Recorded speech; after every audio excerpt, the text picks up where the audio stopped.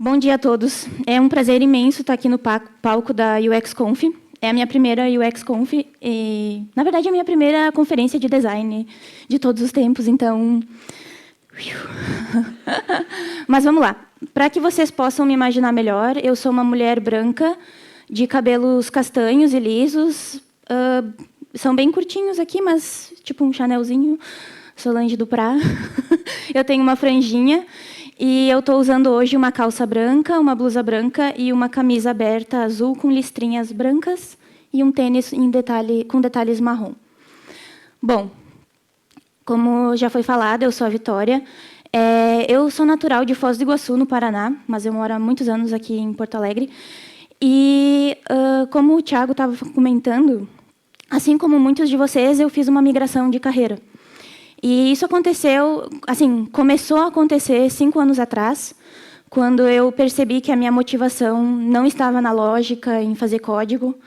Eu não gostava do que eu fazia no dia a dia, eu era uma pessoa infeliz. E aí eu encontrei sentido e, assim, uma alegria um pouquinho maior de trabalhar na conexão com as pessoas e com o meio ambiente. Nessa foto aqui eu tinha 2 anos. E ao longo desses quase 30 anos, eu tenho 29, eu sempre estive muito conectada com as coisas que eu gosto e que me encantam. E eu acho ainda que essa é a melhor representação de espírito minha, é a minha foto preferida.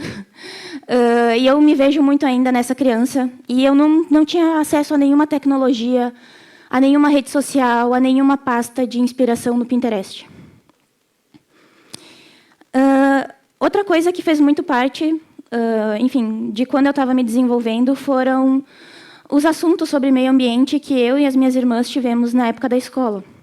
A gente participou de várias feiras de ciência que falavam sobre a geração de lixo, reciclagem e o uso consciente da água.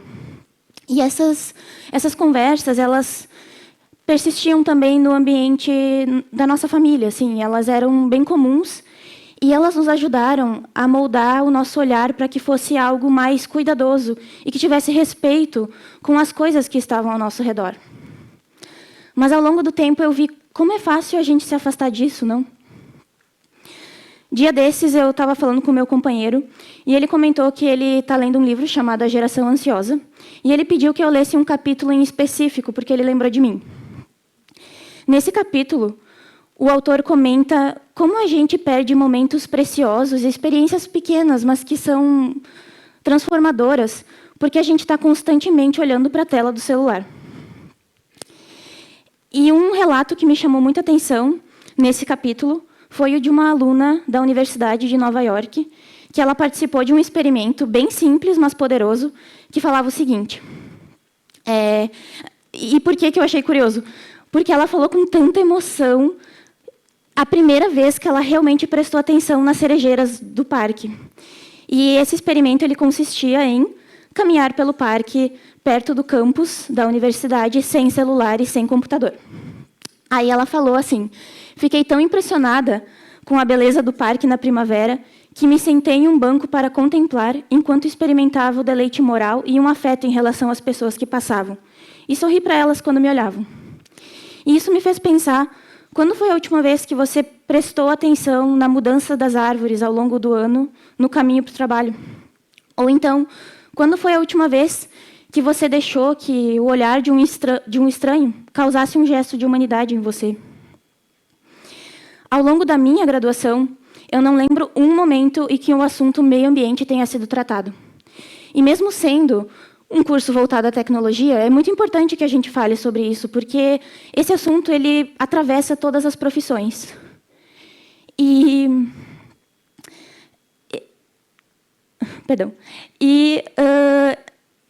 Esse assunto parece que ele ficou esquecido, não? As promessas de um mundo cada vez mais tecnológico, algoritmos mais rápidos, chips menores e baterias que duram mais, pareceram muito mais atraentes para a gente. E eu gostava de tantas outras coisas, mas, aos poucos, eu vi como a tecnologia deixou de ser uma ferramenta e passou a orquestrar a minha vida. E quando isso acontece, é muito comum que a gente pare e pense: nossa, quais os efeitos de algo assim tão novo e que faz tanto parte da minha vida, né? Quais vão ser os efeitos para a minha saúde ou então para gerações futuras? Foi assim com o surgimento das telas, né? E como crianças utilizam tanto elas hoje. E essa discussão foi tão grande que o Ministério da Saúde e a OMS não recomendam utilização de tela alguma para crianças até 2 anos. Então, será que as outras tecnologias também não merecem um pouco mais a nossa atenção, de pensar mesmo quais os impactos disso a longo prazo? E eles já vêm transformando, né, as nossas relações interpessoais, o nosso trabalho. Para vocês terem uma ideia, eu trouxe aqui uma pesquisa, é um artigo, na verdade, que foi publicado pela Universidade da Califórnia, em março desse ano, que comenta como a inteligência artificial está agravando a crise hídrica. Aqui ele está mostrando assim, os data centers, que são locais onde rodam os modelos de inteligência artificial, eles consomem muita energia. E quando algo consome muita energia, superaquece, e para resfriar e continuar gerando essa engrenagem, eles utilizam água potável, grandes volumes de água potável. Trazendo isso para algo mais próximo do Brasil, existe uma comunidade chamada Comunidade do Feijão, no Ceará, que as pessoas que moram lá nunca tiveram acesso à água potável diretamente nas suas residências. E agora o governo local está incentivando que o TikTok instale um data center no tamanho de 20 campos de futebol. Isso significa o quê? Vai ter um super galpão com computadores super poderosos que vão processar vídeos que as pessoas postam diariamente no TikTok. E a previsão é que isso vai gastar 30 mil litros de água por dia. Bom, diante de tudo isso, eu comecei a pensar, nossa, eu preciso usar a tecnologia no meu trabalho. Eu não tenho escolha. Eu preciso pagar meus boletos. Então, eu comecei a pensar como eu posso utilizar a tecnologia de uma maneira mais consciente. E foi aí que eu me deparei com o conceito de design sustentável para a web. Eu não vou conseguir me debruçar nesse tema, mas anotem aí para vocês pesquisarem depois. E tem algumas medidas que a gente pode tomar para a gente se adequar a essa abordagem. E o principal dela é que a gente não pense só em experiências que sejam amigáveis para os usuários, para as pessoas, mas também para o planeta. Isso quer dizer, a gente tem que começar a pensar em quais recursos de quais recursos naturais, a gente está utilizando e como a gente está utilizando eles. E uma maneira simples da gente já colocar isso em prática, segunda-feira, talvez quando algum de vocês está pensando numa jornada de usuário, ou então no fluxo de telas, na quantidade de passos que o usuário vai dar dentro da navegação ali do sistema, é pensar em otimizar isso. Ou então pensar assim, se eu estiver otimizando o meu design para que eu tenha mais intenção no que eu estou entregando, o código disso também vai ser mais simples. E talvez algumas pessoas estejam estranhando, mas é muito importante que a gente entenda que tudo que existe no mundo digital tem uma representação no mundo real. Ou seja, consome água, usa energia, ocupa um espaço físico, e esse espaço físico se traduz em infraestrutura, que muitas vezes podia estar sendo utilizado em uma comunidade que não tem água, mas agora vai abastecer um grande data center. Então, eu acho que esse é o passo principal, é a gente começar a pensar em experiências que vão além das pessoas, mas que também estão conectadas com as pessoas, porque é a nossa casa. Nesse cenário, eu acho que eu queria deixar aqui para vocês, assim, pensem além do que a gente está construindo, mas as ferramentas que aceleram essa construção. Por muito tempo, a IA ela vem causando uma ansiedade na gente, né? Um medo. Será que eu vou perder meu emprego como designer? Mas eu acho que 2025 vem provando que não. A IA só tem valor quando gera valor humano. Isso quer dizer o quê? É a gente usar esse nosso olhar para orquestrar criticamente os resultados e também eticamente os resultados que ela está nos dando. Esse é um grande diferencial nosso. E também trocar essa ideia de design por função para design com intenção.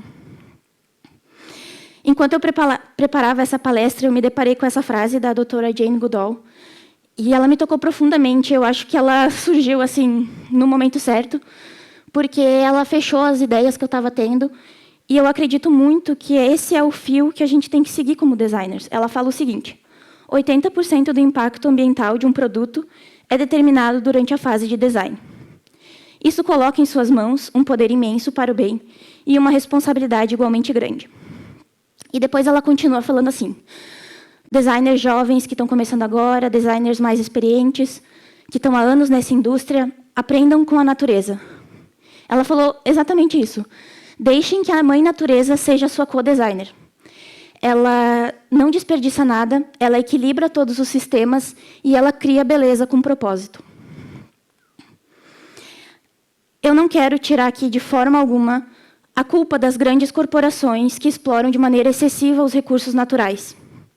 Mas nós, como indivíduos, podemos começar a pensar mais criticamente, porque nós temos uma grande influência na maneira que as pessoas utilizam a tecnologia.